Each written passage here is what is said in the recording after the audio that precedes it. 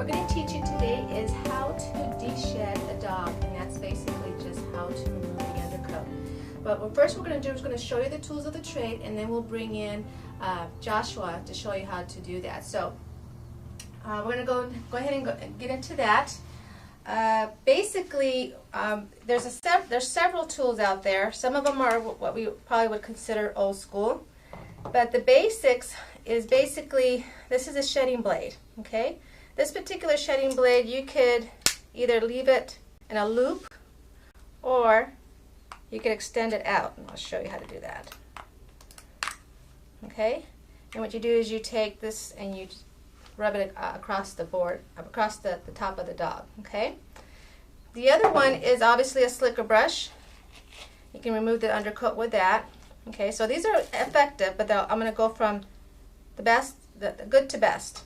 The other thing you might have is also as an undercoat rake, and you take that through the coat and it'll remove the undercoat. But what's come out in the recent years is a Furminator, and it's basically it's a tool plus shampoo and conditioner that helps to release the undercoat and also helps to condition the coat.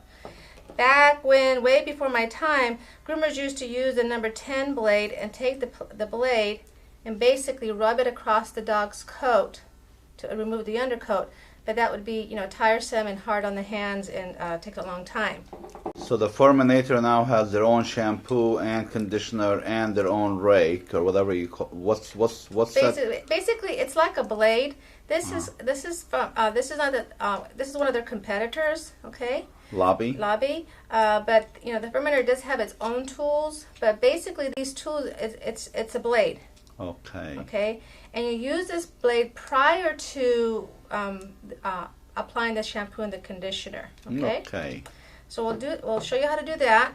The other thing you should do is have a mask and goggles handy.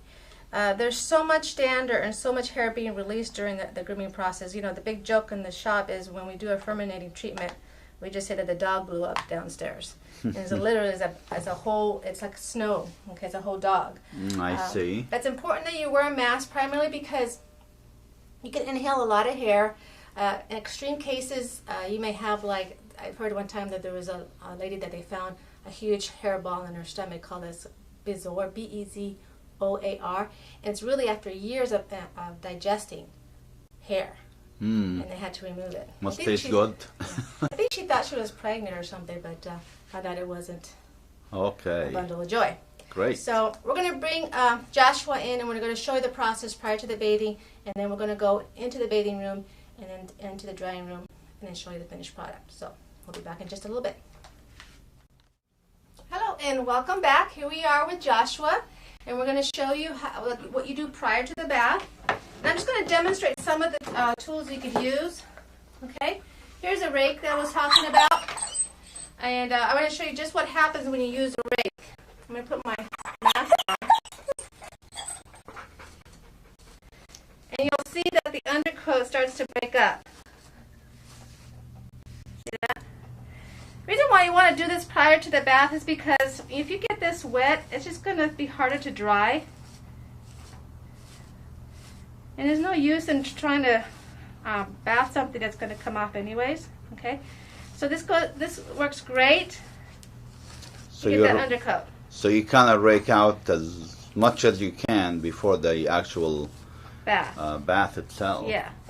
But you be careful when you're using this. You know, you have, it's basically a rake. You don't want to use that in these little tender areas. Basically, you're looking for the bulk area. The place that they're mostly going to shed is the back end and around the chest and neck area. That's where most of their shedding happens. Okay? Well, this is a big collar. He's a big collar. Yes. Joshua. And just spend some time doing this. Don't rush it. Here's the tool we were talking about earlier. And so the rake gets under the coat, and then this tool here, this is obviously a lobby tool, but then the Furminator is what they're known for them. Yeah, they sell the tool with it. It's also a good idea that you, even though you do this here in the shop, that you advise the client to purchase the tool, so that, because they have the responsibility as well to do this twice a week or so for about 10 minutes. Because we'll get the bulk of it out. And understand, once you do this, what you're doing is loosening up, really accelerating the shedding process here in the shop. And what you're doing is loosening up the coat. So they're going to lose a lot of coat for like 48 hours after a deshedding treatment. Now, what does this one do here, the Furminator tool or the lobby tool? It does the same thing. It's not cutting the hair, by the way. What's really doing is just taking care of that undercoat. Okay. So the rake is for like the heavy matted areas. Well, not mats. You don't want to remove mats. Okay. Stop. Oh, okay. He wants to come off. Okay, all right. We're going to finish. Okay. We're going to finish doing this prior to the bath. We're going to take them in the bath, and I'm going to show you some of the products that we use in the bath. Okay. Say bye. Say bye. Oh, no. Hello, and welcome back. We're going to go ahead and show you the products I'm going to be using in the bath area. My assistants they have Joshua right now, and what they're doing is, continue to brush with the Undercoat Rake and with the Furminating tool to get most of that hair out first. So that's going to take some time, but in the meantime, I'm going to show you what we use during the bathing process.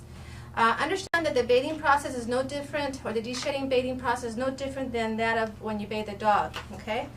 There are two products here that we use in our facility. Mainly we use the Furminator. The Furminator is concentrated, so you do need to dilute it a little bit. And this is in a dilution form right now, but it comes with a shampoo, and basically when you apply the shampoo, you leave it on for about 5 minutes or so, and then you rinse it. The solution really replaces the conditioner, 5 minutes or so, and you rinse it. You could use this product, every 4 weeks or so, and it wouldn't harm the coat. Basically, the shampoo is hypoallergenic. It's got a lot of omega-3s, a lot of fatty acids in there, so it really conditions the coat and the skin. It works best with the tool, the Furminating tool.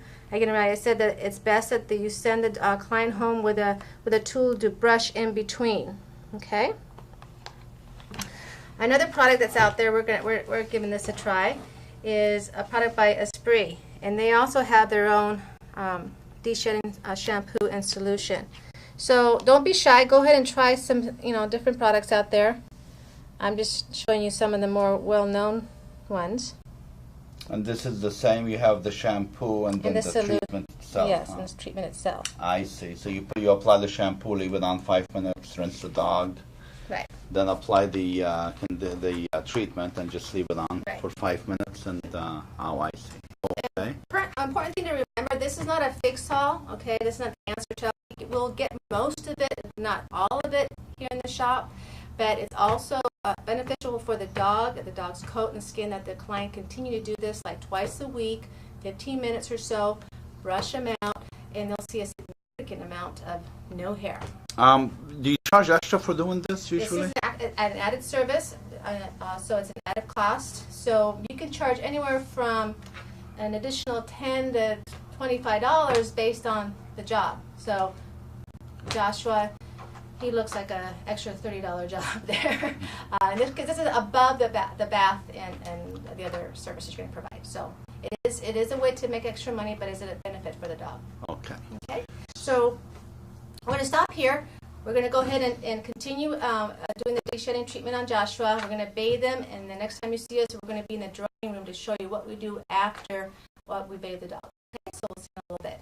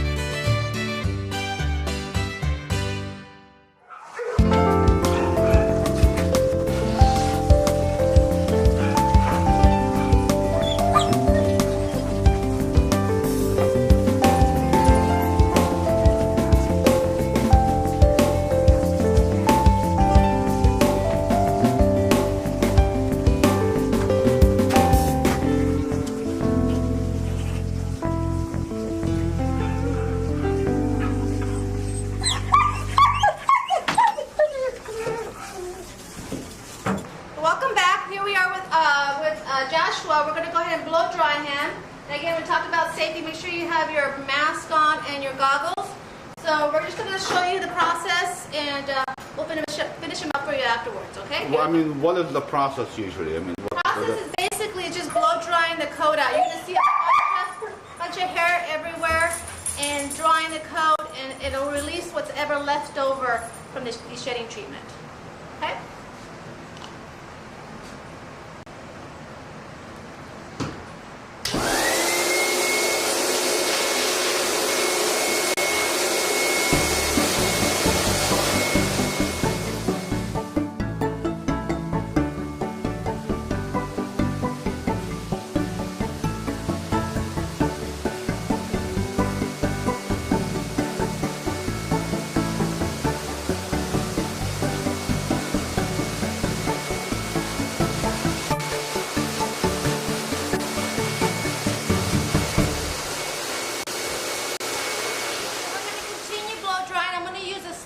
To brush them out as I'm drying, and we'll get them done for you, and we'll show you the finished product afterwards.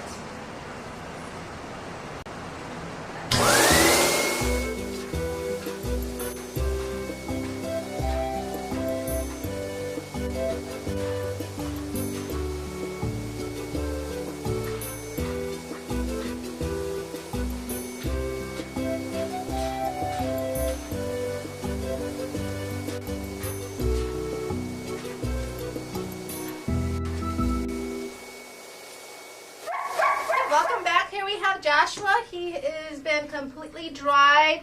We're just doing some last minute brushing, but you can tell I'm barely getting anything at this point. It's just practically almost gone. So this treatment is good like every 4 weeks. Send the client home with a brush or a furminating tool to continue trimming and continue brushing, excuse me.